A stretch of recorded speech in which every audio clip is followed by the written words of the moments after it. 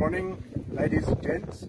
Welcome to the Twin Hills project for Osino Shine Ring. We are really very excited about this project, and the Twin Hills project got its name from those two hills that you see in the background there.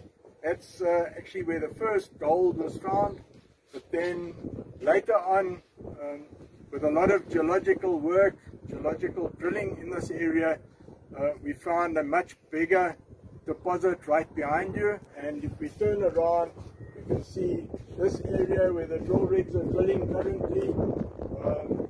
Very big ore body was found under that calcrete layer there.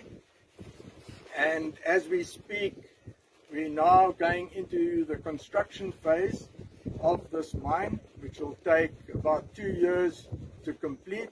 So it's a very big project, or a big plant that has to be built here.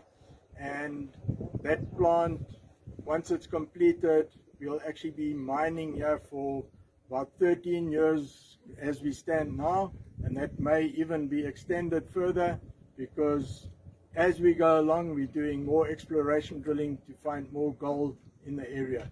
So very exciting times, and I think this is something that we as Namibians can be very proud of.